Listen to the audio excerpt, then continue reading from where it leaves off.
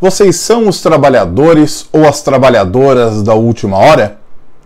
Quem são esses trabalhadores e essas trabalhadoras da última hora?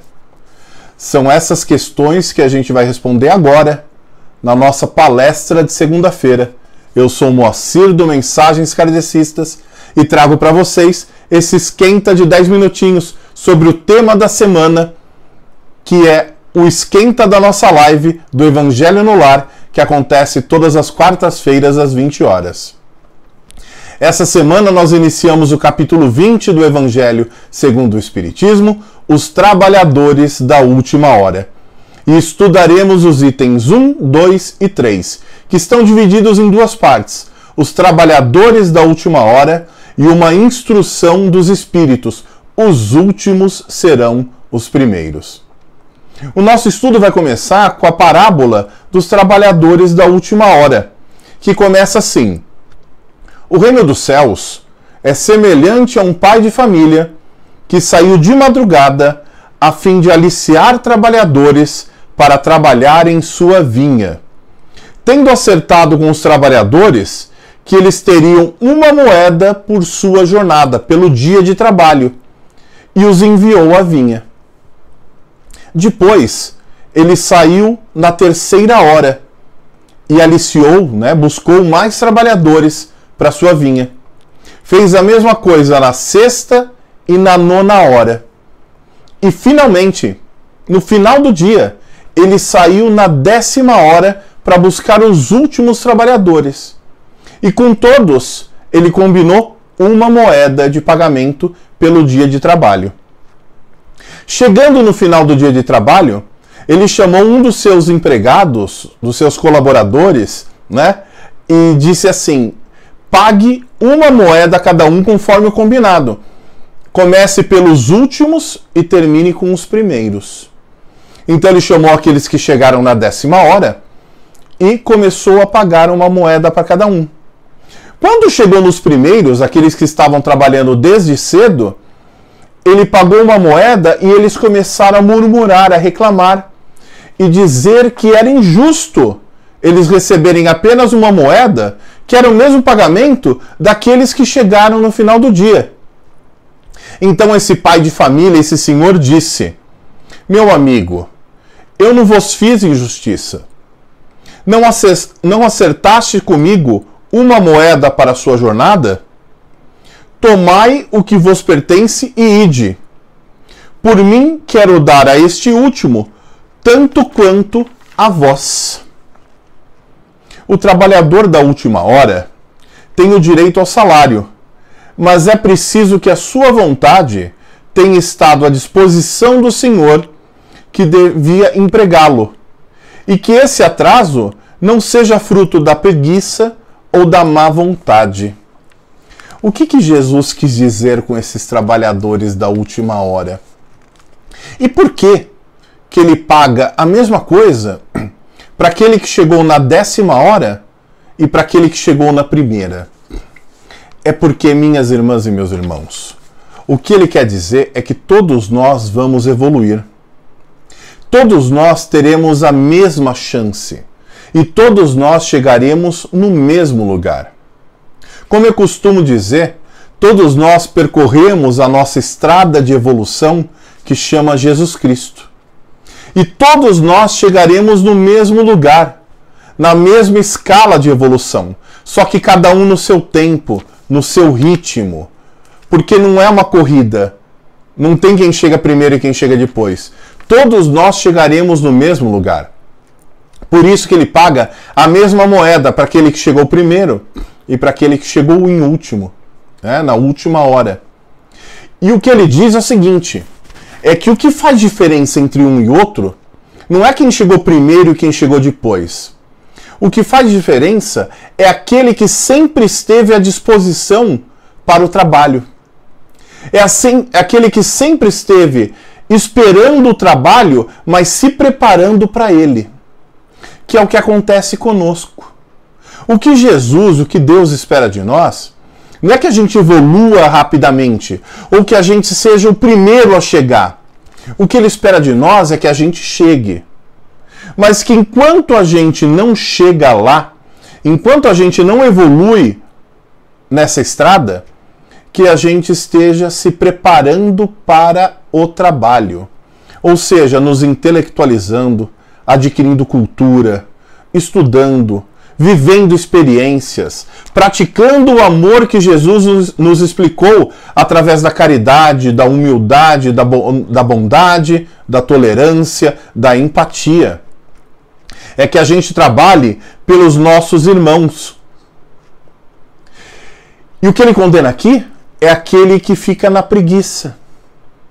É aquele que, ao invés de trabalhar para a sua evolução moral neste plano e consequente evolução espiritual pela eternidade, é aquele que vai deixando para o próximo dia, para a próxima semana, para o próximo ano. É aquele que gosta das promessas de final de ano, de Réveillon, né? É aquele que vai procrastinando, é aquele que vai deixando para depois, ele deixa para o outro ano, ele deixa para quando tiver um filho, ele deixa para quando se aposentar, ele vai deixando e vai passando. E aí um dia, quando ele desencarnar, ele vai perceber que tudo isso que ele deixou de fazer aqui, ele vai ter que repetir na próxima encarnação.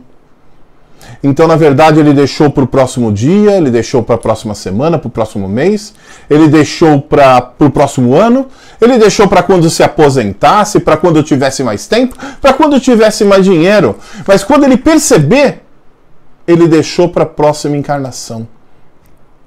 E quantas encarnações, meus irmãos e minhas irmãs, talvez nós não estejamos na preguiça, procrastinando, deixando para a próxima, não sendo os completistas, ou seja, não trabalhando para aquilo que viemos fazer aqui. E que a gente sabe o que é. A gente sabe, lá no fundo a gente sabe. Porque quando a gente está naquele trabalho que não gosta, quando a gente tem aquele colega difícil, aquele parente problemático, aquele filho que nos dá trabalho, aquela pessoa ao nosso lado que nos desafia, não tenham dúvidas, meus irmãos e minhas irmãs, está ali. Porque nós só nos desenvolvemos a partir do desenvolvimento do próximo.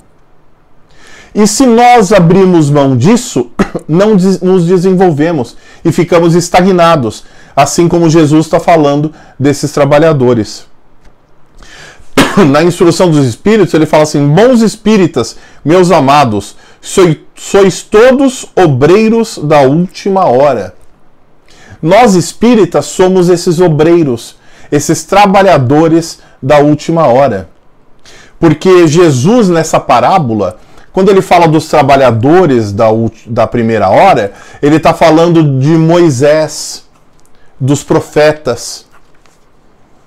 Depois, quando ele fala dos trabalhadores da terceira, da sexta, da nona hora, ele está falando dos apóstolos, dos líderes da igreja. Ele está falando desses. E quando Jesus ele nos diz os trabalhadores da última hora, ele está falando de nós espíritas. Nós que aqui estamos reencarnados. Nós que aqui já compreendemos que o Consolador prometido não é a figura de um profeta, não é a figura de um santo, mas sim uma ideia. A ideia da evolução moral, a ideia da evolução espiritual.